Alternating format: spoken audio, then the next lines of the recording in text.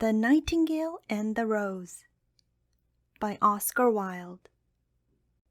She said that she would dance with me if I brought her red roses, cried the young student. But in all my garden there is no red rose. From her nest in the holm oak tree the nightingale heard him, and she looked out through the leaves and wondered. "No red rose in all my garden," he cried, and his beautiful eyes were filled with tears. "Ah, on what little things does happiness depend! I have read all that the wise men have written, and all the secrets of philosophy are mine, yet for want of a red rose is my life made wretched." "Here at last is a true lover," said the nightingale. "Night after night have I sung of him, though I knew him not. Night after night have I told his story to the stars, and how I see him. His hair is dark as the hyacinth blossom, and his lips are red as the rose of his desire. But passion has made his face like pale ivory, and sorrow has set her seal upon his brow." "The prince gives a ball tomorrow night," murmured the young student, "and my love will be of the company. If I bring her a red rose, she will dance with me till dawn. If I bring her a red rose, I shall hold her in my arms, and she will lean her head upon my shoulder, and her hand will be clasped in mine. But there is no red rose in my garden, so I shall sit lonely, and she will pass me by. She will have no heed of me, and my heart will break." "Here indeed is the true lover," said the nightingale. "What I sing of, he suffers. What is joy to me, to him is pain. Surely love is a wonderful thing. It is more precious than emeralds, and dearer than fine opals. Pearls and pomegranates cannot buy it, nor is it set forth in the marketplace. It may not be purchased of the merchants, nor can it be weighed out in the balance for gold." "The musicians will sit in their gallery," said the young student, "and play upon their stringed instruments, and my love will dance to the sound of the harp and the violin. She will dance so lightly that her feet will not touch the floor, and the courtiers in their gay dresses will throng around her. But with me she will not dance, for I have no red rose to give her." And he flung himself down on the grass and buried his face in his hands and wept. "Why is he weeping?" asked the little green lizard, as he ran past him with his tail in the air. "Why indeed?" said a butterfly, who was fluttering about after a sunbeam. "Why indeed?" whispered a daisy to his neighbor in a soft, low voice. "He is weeping for a red rose," said the nightingale. "For a red rose!" they cried. "How very ridiculous!" And the little lizard, who was something of a cynic, laughed outright. But the nightingale understood the secrets of the student's sorrow, and she sat silent in the oak tree and thought about the mystery of love. Suddenly she spread her brown wings for flight and soared into the air. She passed through the grove like a shadow, and like a shadow she sailed across the garden. In the center of the grass plot was standing a beautiful rose tree, and when she saw it, she flew over to it and lit upon a spray.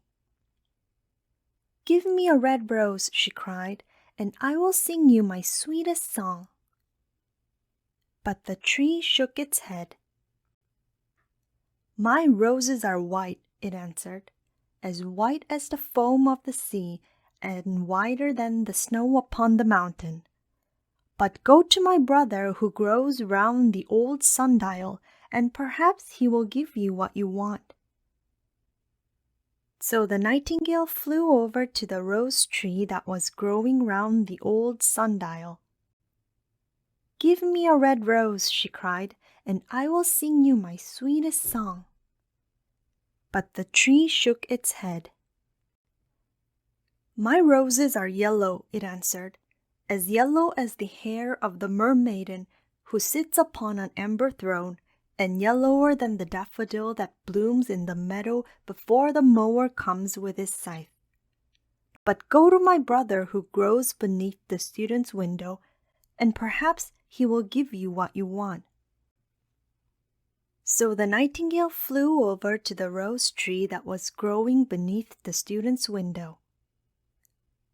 "Give me a red rose," she cried, "and I will sing you my sweetest song." But the tree shook its head.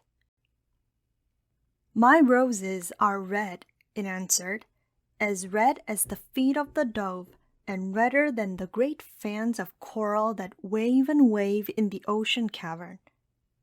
But the winter has chilled my veins, and the frost has nipped my buds, and the storm has broken my branches, and I shall have no roses at all this year." "One red rose is all I want," cried the nightingale. "Only one red rose! Is there no way by which I can get it?"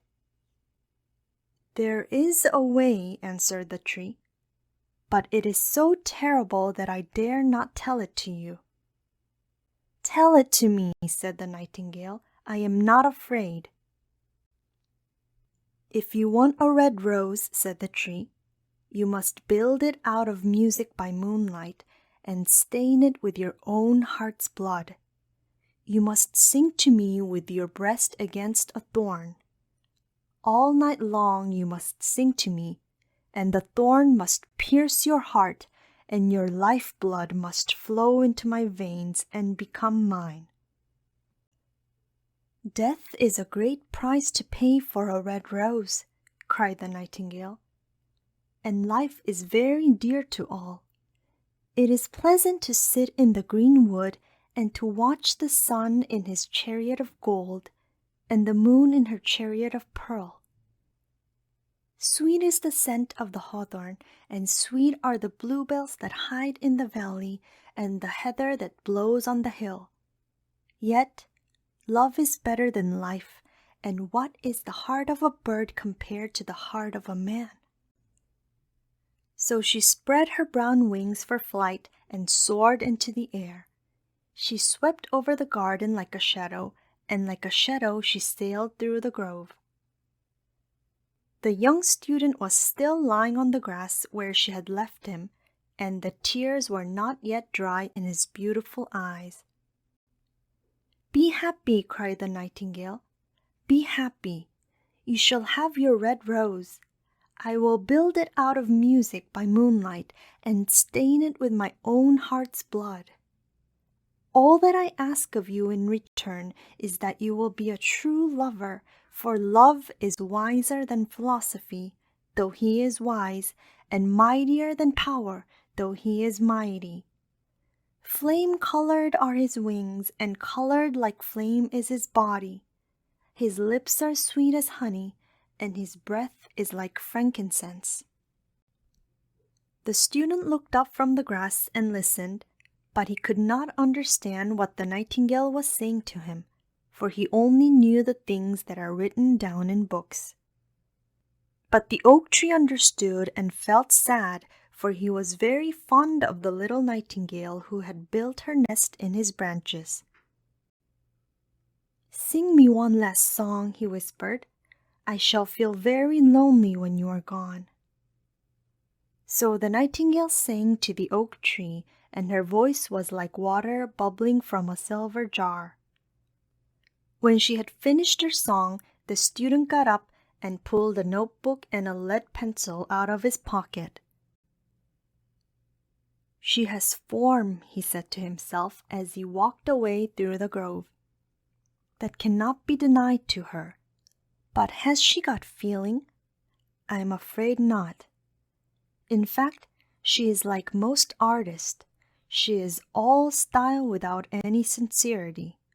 She would not sacrifice herself for others. She thinks merely of music and everybody knows that the arts are selfish. Still, it must be admitted that she has some beautiful notes in her voice. What a pity it is that they do not mean anything or do any practical good." And he went into his room and lay down on his little pallet bed and began to think of his love, and after a time he fell asleep. And when the moon shone in the heavens, the nightingale flew to the rose tree and set her breast against the thorn. All night long she sang with her breast against the thorn, and the cold crystal moon leaned down and listened.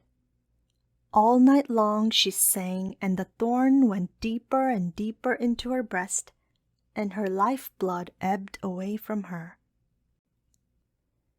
She sang first of the birth of love in the heart of a boy and a girl, and on the topmost spray of the rose tree there blossomed a marvelous rose, petal following petal, as song followed song. Pale was it at first as the mist that hangs over the river, pale as the feet of the morning, and silver as the wings of the dawn. As the shadow of a rose in a mirror of silver, as the shadow of a rose in a water pool, so was the rose that blossomed on the topmost spray of the tree. But the tree cried to the nightingale to press closer against the thorn. "Press closer, little nightingale," cried the tree, "or the day will come before the rose is finished." So the nightingale pressed closer against the thorn, and louder grew her song, for she sang of the birth of passion in the soul of a man and a maid. And a delicate flush of pink came into the leaves of the rose, like the flush in the face of a bridegroom when he kisses the lips of the bride. But the thorn had not yet reached her heart, so the rose's heart remained white, for only a nightingale's heart-blood can crimson the heart of a rose. And the tree cried to the nightingale to press closer against the thorn.